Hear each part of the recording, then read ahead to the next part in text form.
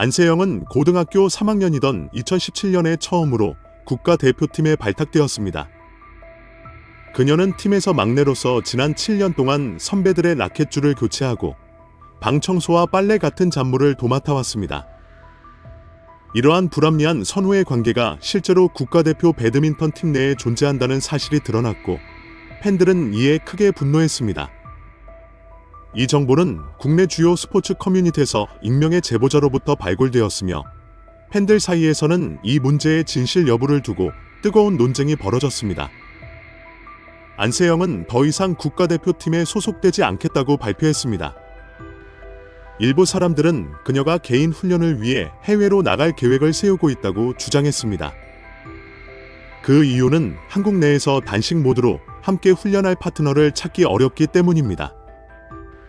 안세영은 해외에서 개인적으로 훈련하는 것이 더 유리하다고 판단했습니다. 이는 여러 단식 선수들이 해외에서 개인적으로 훈련한 결과 성적이 향상된 사례를 분석한 결과입니다. 안세영은 인도네시아 발리 섬에서도 자신의 기술을 발전시킬 수 있을 것입니다. 현재 안세영이 원하는 대로 개인 훈련을 한다 해도 국제대회에서는 여전히 한국 대표로 출전할 가능성이 큽니다. 또한 개인 후원 문제도 안세영의 요구에 따라 해결된 것으로 보입니다. 이는 안세영의 욕심 때문이 아니라 협회의 개인적인 이익 때문에 혼란스럽고 강압적으로 추진된 것입니다. 현재 공경에 빠진 인물들 중 하나는 여자 단식 코치인 성지연이며 또 다른 인물은 협회의 소속 선수인 김가은입니다. 성지연 코치는 고등학교 3학년이었던 2009년에 태극마크를 달고 활동을 시작하여 2017년에는 세계 랭킹 2위까지 오른 한국 여자 단식의 대표적인 선수였습니다. 작년부터 그녀는 선수 생활을 마무리하고 안세영, 김가은을 지도하는 여자 단식 코치로 변신했습니다. 특히 성지연 코치는 안세영이 활약하던 시절부터 가장 오래 함께한 선배로 유명합니다. 반면 1998년생인 김가은은 상대적으로 어린 후배인 안세영과 오랜 기간 동안 국가대표로 활동하며 밀접한 관계를 유지해왔습니다. 두 사람은 선수촌에서 긴 시간 동안 함께 훈련하며 서로의 연습 상대가 되었습니다. 지난해 항저우 아시안게임에서도 김가은은 안세영과 함께 여자 단식 경기에 출전했습니다. 특히 삼성생명 소속으로 두 사람은 누구보다도 가까운 동료 관계를 유지해왔습니다. 한편 파리 올림픽에 출전했던 혼합 복식 및 여자 복식 선수들의 이름도 주목받고 있습니다. 정나은과 김은호가 혼합 복식에 출전했으며 김소영과 공이용, 이소희, 백하나가 여자 복식에 출전했습니다. 그런데 안세영의 국가대표팀 탈퇴 의지는 파리에서 더 이상 기존의 선후의 문화를 받아들일 수 없다는 입장을 밝히면서 분명해졌습니다. 결국 안세영은 국가대표팀을 떠나 개인 훈련을 통해 국제대회 참가를 허락받기를 요청했습니다. 안세영의 용기 있는 발언이 업계의 선배 선수들뿐만 아니라 감독, 코치진, 체육협회 회장 등 많은 사람들이 함께 뭉쳐야 할 필요가 있는 상황에서 오히려 안세영을 비판하고 몰아붙이는 상황이 발생했습니다. 대중들은 냉담한 반응을 보이고 있습니다. 이 논란과 관련하여 이기흥 대한체육회장이 자신의 견해를 공식적으로 표명했습니다. 세계선수권 대회 참가 당시 배드민턴 협회는 선수 6명이 출전하는데 임원진이 8명이나 동행했으며 게다가 선수단은 이코노미석을 이용하고 임원들은 모두 비즈니스석에 탑승한 사실이 알려져 논란이 일었습니다. 더구나 세계선수권 대회를 위해 배드민턴 협회가 작성한 예산서에는 감독과 선수들이 이코노미석을 이용하고 원칙적으로 임원 전원이 비즈니스석을 이용하도록 명시되어 있어 더욱 큰 반발을 불러일으켰습니다. 이기흥 회장은 선수들은 이코노미 클래스를 이용하고 임원들은 비즈니스 클래스를 이용했다는 이야기에 대해 잘못된 정보라고 해명했습니다. 그는 국가 예산을 사용하는 선수들이 예산 확보가 충분할 경우 비즈니스 클래스를 이용할 수 있겠지만 현실적으로 어렵다고 설명했으며 임원들의 항공기 탑승 기준은 규정에 따른다고 강조했습니다. 또한 안세영과 소통하려 했으나 그녀가 말을 하지 않았다고 언급하며 안세영을 비난하는 발언도 서슴지 않았습니다. 이기흥 회장은 안세영이 자신의 생각을 표현하는데 서툴렀다고 판단한다고 덧붙였습니다. 사실 이기흥 회장은 체육회 회장으로서 삼선 연임을 원하여 규정을 자의적으로 해석하는 행동을 했다는 비판을 받고 있습니다. 원래 체육단체장이나 임원이 삼선에 도전하기 위해서는 체육회나 스포츠공정위원회 심사를 거쳐야 했으나 이 규정이 사라짐에 따라 이기흥 회장의 삼선 도전이 더 쉬워졌습니다. 체육회 측은 이러한 정관 개정이 합리적인 조직 구성과 원활한 운영을 통해 체육계 발전을 도모하고 지방체육회의 어려움을 해결하기 위한 것이라고 설명했지만 실질적으로 가장 큰 혜택을 받게 되는 사람은 이기흥 회장입니다. 삼선 도전을 위한 제한이 완전히 사라졌기 때문입니다.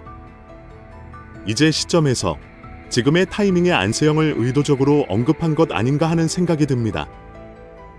삼선 제한 해제와 더불어 대한체육회 분석 능력이 다시 한번 논란의 중심에 올랐기 때문인데요.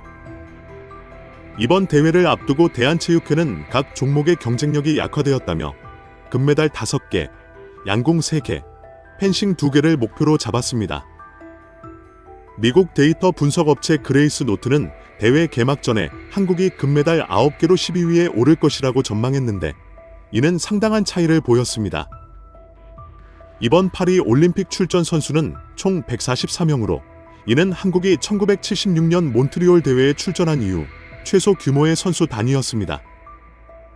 대한체육회가 이번 올림픽은 기대에 못 미칠 것이라고 예고했기 때문에 국내 올림픽 열기는 그 어느 때보다도 차갑게 식었습니다. 하지만 선수단은 개막 사흘 만에 목표치를 달성하며 감동적인 반전을 이루어냈습니다. 이에 이기흥 대한체육회장은 올림픽을 앞두고 국가대표팀이 해병대 훈련을 거치며 원팀 코리아 분위기가 형성된 결과라고 자신을 칭찬하기도 했습니다. 실제로 이 회장은 지난해 12월 15개 종목의 국가대표 선수 400여 명을 경북 포항 해병 1사단에 입소시켜 2박 3일간 원팀 코리아 캠프를 강행했는데 그것이 힘이라는 터무니없는 발언을 한 것입니다.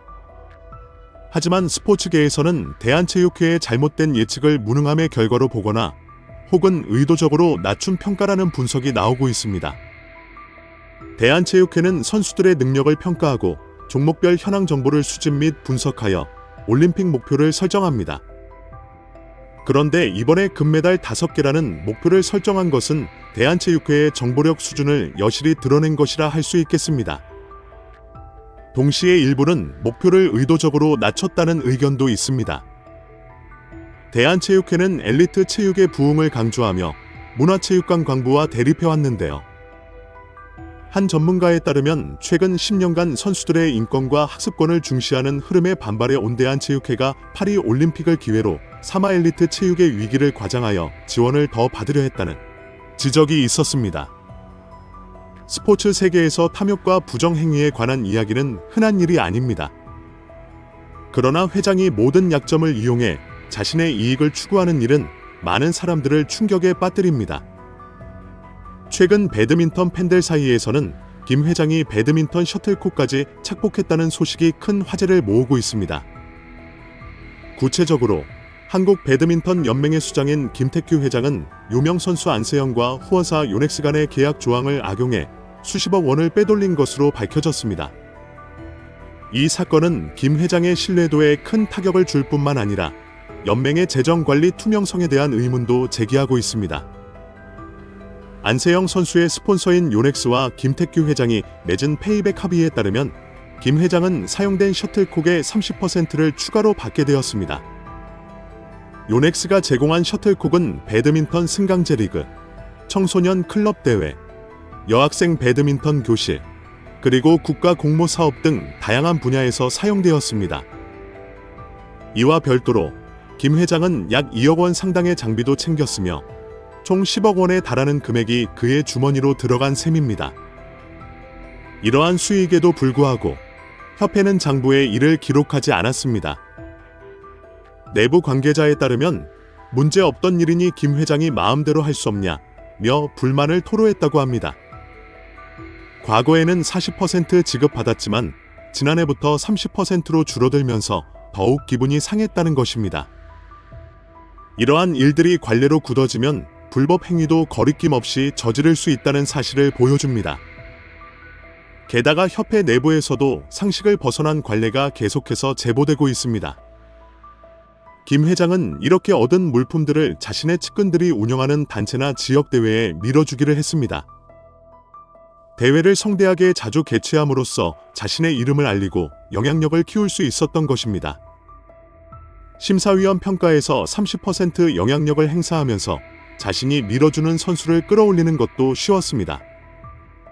이로 인해 협회장의 권력은 더욱 강해졌습니다. 하지만 김 회장은 과한 욕심과 시대에 뒤떨어진 행동으로 인해 많은 빈틈을 드러냈습니다. 증거가 조금만 드러나도 쉽게 나올 정도였기 때문입니다. 문체부의 한 관계자에 따르면 페이백과 관련된 정보들이 다양한 경로를 통해 계속 제보되고 있으며 현재 이를 확인하는 절차를 진행 중이라고 합니다. 스폰서십 계약에서 페이백이 이루어진 점과 이를 회계에 반영하지 않은 점, 그리고 회장이 협회의 자산을 임의로 사용한 사실이 명확히 드러날 경우 법적 처벌을 피할 수 없다고 강조했습니다. 더 나아가 협회는 선수들의 기강을 잡기 위해 기존 조항들을 자의적으로 수정했다고 합니다. 최근 안세영 선수의 연봉과 스폰서 문제와 관련한 논란이 일어나기 전에는 제대로 운영되던 포상금 제도가 삭제되었다고 합니다. 이는 선수 시절 벌어놓은 돈이 많으면 은퇴 후에도 불편함 없이 지내기 위해 미리 기강을 다지려는 의도로 보입니다. 올림픽을 2달 앞두고 협회는 국가대표 운영 지침 규정을 심사하며 대표팀 선수와 지도자를 위한 열포상 조항을 삭제했는데 당시 안세영 선수가 올림픽 이후의 발언을 예고하면서 많은 사람들이 본보기 차원에서 괘씸죄로 지적하고 있습니다. 이는 협회와 충돌하면 오히려 상황이 더 나빠질 수 있다는 일종의 경고 조치로 받아들여지고 있습니다. 개정 전 조항에 따르면 협회 후원사에서 지원한 국가대표 후원금의 20%를 국가대표 선수단의 경기력 성과비로 지급하도록 규정되어 있었습니다. 이는 연예 지도자와 선수 간 일, 구 비율로 경기력 향상위원회의 평가를 통해 차등 배정한다고 명시되어 있었습니다. 많은 사람들이 후원금의 20%를 감독과 선수 간 일, 구 비율로 나누어 사용하는 것이 공정하지 않으며 시대에 맞지 않는 시스템이라고 비판했습니다. 이는 2020년에 신설된 조항으로 오랫동안 논란이 되어 왔던 개인 후원 규제에 대한 선수들의 불만을 잠재우기 위한 임시 방편으로 여겨졌습니다. 당시 후원금의 20%는 연간 약 2억 원으로 추정되며 이 금액조차 차등 분배되었습니다. 감독과 선수들 사이에 나누어지면 개인에게 돌아가는 보상금은 사실상 실질적인 도움이 되지 못하는 수준입니다. 더 큰 문제는 이러한 제도를 폐지한 이유가 너무나도 명확하게 드러난다는 점입니다. 김태규 회장은 제31대 회장으로 취임하자마자 가장 먼저 이러한 조항을 삭제했으며 협회의 후원금 조정에 따른 재정 운영 악화를 이유로 설명했습니다. 손익 계산서를 살펴보면 이 설명이 전혀 맞지 않다는 것을 쉽게 알 수 있습니다. 재정이 악화되었다고 주장하던 협회의 영업이익은 2020년 약 2억 원에서 2021년에는 5억 원으로 2배 이상 증가했고 이어서 2022년에는 7억 8,800만 원으로 꾸준히 상승하고 있었습니다. 결국 수익은 늘어나고 있지만 후원금을 선수들과 함께 나누고 싶지 않다는 것이 진실인 셈입니다. 이게 다가 아닙니다. 협회는 그 당시 선수들의 입지를 약화시키는 조건을 추가하면서 개인 후원 조항도 개정한 것으로 드러났습니다. 이전에는 협회의 후원사가 아니라면 같은 업종에서의 개인 후원이 가능했지만 새 조항에서는 개인 후원의 위치를 오른쪽 목하라 한 개로 제한한다고 명시했습니다. 이로 인해 배드민턴 협회가 선수들을 자신들 마음대로 휘두르는 장사꾼이라는 비난을 받게 된 이유입니다. 이에 팬들은 배협에 많은 이사가 있었는데도 기부금과 후원금을 모을 생각은 못하고 장비 스폰서에 기대어 있는 것이 가장 실망스럽다. 이 사진을 정리하고 불필요한 지출을 줄이면 선수들에게 충분한 포상금을 줄 수 있을 것이다. 정부 지원금이 240억이고 스폰서로부터 받은 금액이 80억 있는데 자립도가 전혀 없고 올림픽 종목도 아닌 자전거 협회보다도 기부는 안 하면서 임원이 40명인 게 협회의 현실이다 등의 반응을 보였습니다. 이런 상황에서 안세영 선수는 배드민턴 협회의 억압에도 굴하지 않고 오히려 맞서 싸우며 갈등을 증폭시켰습니다. 그러자 배드민턴 협회는 더욱 비열한 수단으로 안세영 선수를 괴롭히기 시작했습니다. 약 7년 동안 대표팀에서 활동하면서 다양한 고루한 관습으로 안세영 선수를 길들이려 한 것입니다. 중학교 3학년이던 2017년에 처음 국가대표로 뽑힌 안세영은 7년 동안 팀에서 막내 역할을 해야 했으며 선배들의 끊어진 라켓줄을 교체하는 것은 물론 방 청소와 빨래까지 도맡아야 했습니다. 이러한 작업은 휴식이 필요한 상황에서 과거 군대에서나 가능했던 일이며 요즘은 군대에서도 이러한 악습을 찾아보기 어려운데도 배드민턴 협회의 규율은 여전히 변함없다고 합니다. 최근 내부 CCTV에 군대 문화를 연상케 하는 장면들이 찍혀 또 한 번 논란이 예상됩니다. 소문만 무성하던 군대 문화가 사실로 드러난다면 단순히 사태로 끝날 일이 아닙니다. 사람에게 의무 없는 일을 강요하거나 권리 행사를 방해하면 최대 5년 이하의 징역형에 처할 수 있기 때문입니다. 운동선수들이 운동에 전념하기도 어려운 경쟁 속에서 이런 불합리한 환경은 더욱 심각합니다. 특히 비인기 종목일수록 이러한 문제가 더 두드러져 죄질이 매우 나쁘다고 할 수 있습니다. 시민 의식이 높아지고 정보가 빠르게 확산되는 시대에 이런 가혹 행위는 폭력적인 악습으로 자리 잡고 있다는 것입니다. 하지만 이번 소식으로 인해 진땀을 빼고 있는 곳은 배드민턴 협회만이 아닙니다. 배드민턴 협회를 적극 지지하고 해병대 문화를 찬양한 체육회도 심각한 타격을 입을 것으로 보입니다. 원래 체육회는 선수들의 성적 향상은 해병대 훈련 캠프의 정신 수양 덕분이라는 다소 황당한 주장을 내세웠고 상하복명의 수직적인 문화를 옹호하는 듯한 발언으로 논란을 일으켰습니다. 이에 따라 스포츠계 전반의 군기 문화가 여전히 만연해 있다는 비판이 일어나며 배드민턴 협회뿐만 아니라 체육회도 전수조사를 해야 한다는 요구가 커지고 있습니다. 대한체육회는 배드민턴 협회보다는 비교적 상황이 나은 것으로 보였지만 배드민턴 협회는 안세영 선수가 다가올 국제대회에 불참을 선언하며 더욱 큰 위기에 처해 있습니다. 국제대회 성적은 차치하더라도 스폰서들의 움직임이 심상치 않기 때문입니다. 업계 관계자는 안세영 없이 후원하는 것은 가치가 반감된다. 우리나라에서 배드민턴이 대중적이진 않지만 안세영은 전 세계적인 주목을 받으며 큰 영향력을 행사하고 있다. 그녀를 후원함으로써 얻는 브랜드 이미지와 매출은 어마어마하다. 안세영이 국제대회에 나오지 않으면 대회에 대한 세계적인 관심도 줄어들 수밖에 없다. 랭킹 13위인 신두 선수도 연간 100억 원에 달하는 스폰서를 받는 이유는 기업이 그만큼의 경제적 이득을 기대하기 때문이다. 즉, 스폰서들은 협회를 지원하는 것이 아니라 선수를 지원하며 안세영 없는 배드민턴 협회는 후원 가치가 떨어질 수밖에 없다고 말했습니다. 배드민턴 협회의 상황이 점점 더 논란을 일으키고 있는 지금 문체부가 어떤 조치를 취할지 이목이 집중되고 있습니다. 이상으로 오늘 영상을 마치겠습니다. 항상 시청해 주셔서 진심으로 감사합니다. 구독과 좋아요를 잊지 마시고 다음 영상에서 더 유익한 정보로 찾아뵙겠습니다.